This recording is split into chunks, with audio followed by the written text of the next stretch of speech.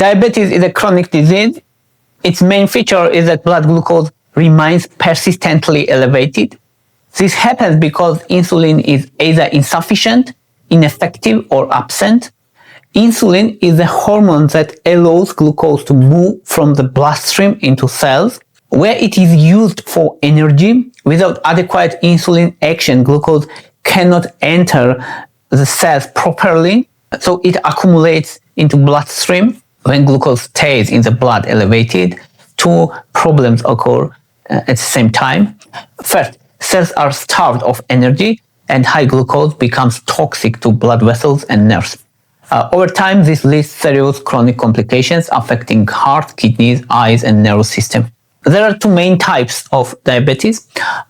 First type is type 1 diabetes. It accounts small minority of cases, around 5%, and it is when there is no insulin, and it begins in childhood or adolescence. The second type of type 2 diabetes represents majority of cases, 95% of diabetes cases, and it is strongly associated with weight gain, overweight, excess visceral fat, belly fat, heavy physical inactivity, genetic predisposition, and aging. There are also other forms of diabetes, but they are rare, such as gestational diabetes during pregnancy and monogenic diabetes and such small minority cases. Type 2 diabetes is our main focus. Traditionally, it is developed after 40, but more recently, it's appearing after the age of 20 or so. The important point is that diabetes usually exists long before it is diagnosed. In many people, type 2 diabetes is already present 5 to 10 years before detection. This long silent phase is commonly referred as prediabetes. Now let's say what symptoms people with prediabetes or diabetes actually have. The main problem is that most people have no symptoms at all in its early stages, and body still produces insulin, but it does not work effectively. This is called insulin resistance. After eating, body releases excess insulin to control and lower blood glucose level. Over time, even high insulin cannot compensate glucose control, and glucose goes higher. For example, when fasting glucose is between 100 and 125 milligrams per deciliter, it is called prediabetes. It's not normal. It's not normal aging. If a person has prediabetes and you don't interfere, there is around 70% of probability that this person will have diabetes in future. Even most people have no symptoms.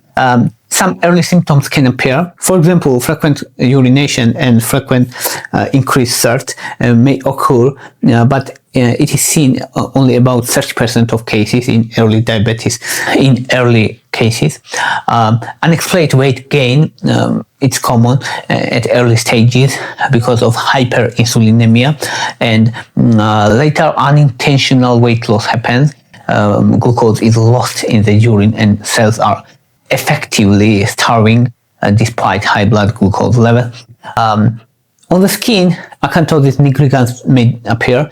These are dark velvety skin folds on the neck and armpits, along with the skin tugs. This is around 60% of individuals with insulin resistance. From metabolic perspective, high triglycerides are very common. In diabetic people, high triglycerides is very common finding, seen in almost 60% of people with prediabetes or diabetes.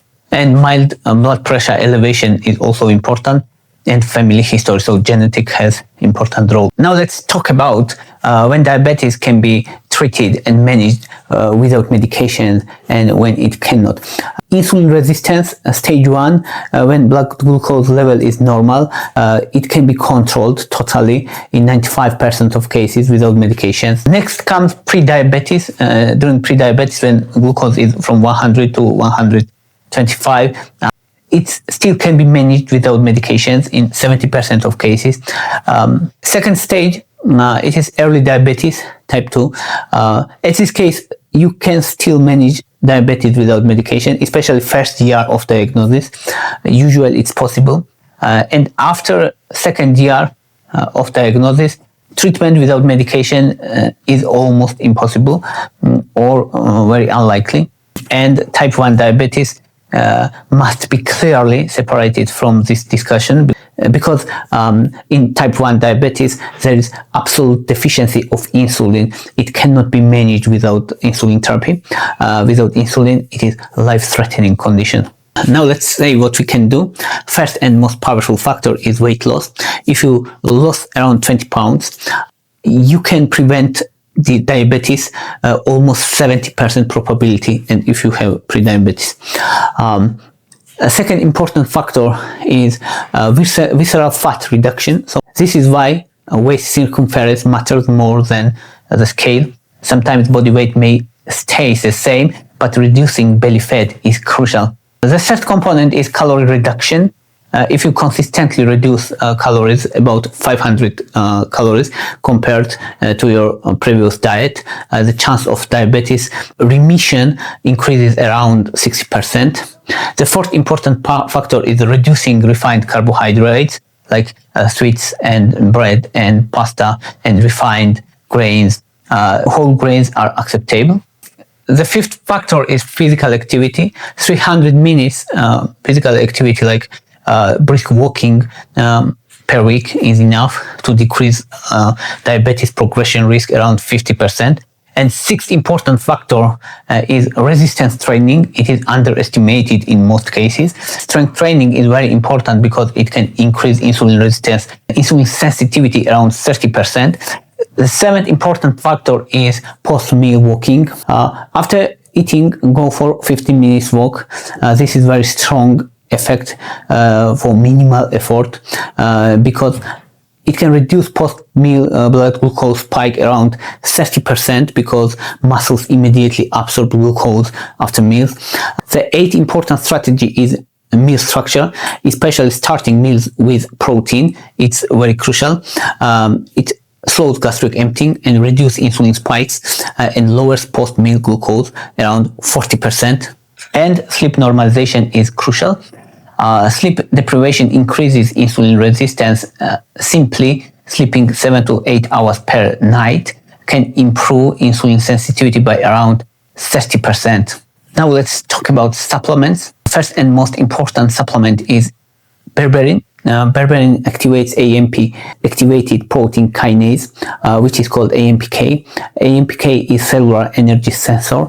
When it is activated, it reduces glucose production in the liver, improves insulin sensitivity, and increases glucose uptake in muscles. And the usual dosage is 500 milligrams 2 or 3 times per day before meals. The second important supplement is magnesium citrate or magnesium glycinate. Magnesium is essential for insulin receptors signaling. Optimal dosage is 400 milligrams in the evening after food. The third supplement is omega-3 fatty acids. It is used 1 to 2 grams daily and it can be used for long term. The fourth important supplement is soluble fiber because it decreases glucose absorption and post-meal glucose. And a fifth important supplement is cinnamon. Cinnamon enhances insulin receptor signaling. And another important supplement is green tea extract. It improves insulin sensitivity also and enhances glucose uptake by cells and reduce oxidative stress.